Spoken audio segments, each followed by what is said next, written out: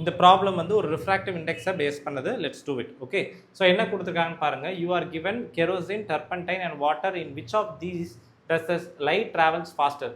So 3 medium நம்மளுக்கு கொடுத்துருக்காங்க. ஒன்று கெரோசின், இன்னொன்று டர்பன்டைன் அண்ட் இன்னொன்று மூணாவது வந்து water.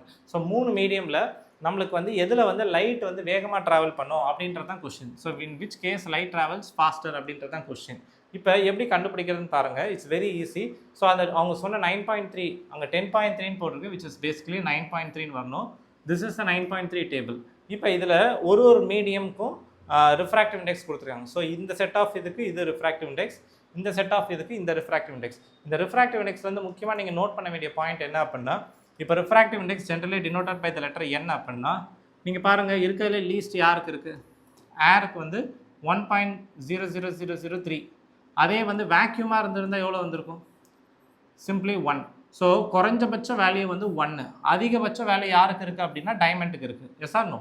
So you should know this. Lowest வந்து நம்மளுக்கு வேக்யூம் ஆர் ஏர். பேசிக்காக இவங்க 2 பேருமே 1ன்னு எடுத்துக்கலாம். It's approximately both are equal to 1. ஆனால் இருக்கிறதுல அதிகமாக இருக்க போது 2.42. கிளியரா? எஸ். ஸோ கெரோசினோட ரிஃப்ராக்டிவ் இண்டெக்ஸ் என்ன கொடுத்துருக்காங்க? It's going to be 1.44. அதே மாதிரி டர்பன்டைனோடது இந்த டேபிள்லேருந்து 1.47 சொல்ல முடியும். வாட்டருக்கு 1.33. 1.33 இஸ் நத்திங் பட் 4/3 இல்லையா? எஸ். ஸோ இப்போ இது எல்லாமே இதை நீங்கள் மெமரைஸ்லாம் பண்ண வேண்டாம். ஓகே, இது நீங்கள் தியரியில் சில இதை மட்டும் மெமரைஸ் பண்ணிக்கிட்டால் போதும். So for example diamond, crown glass, water and air. This is enough actually ஸ்டாண்டர்டாக.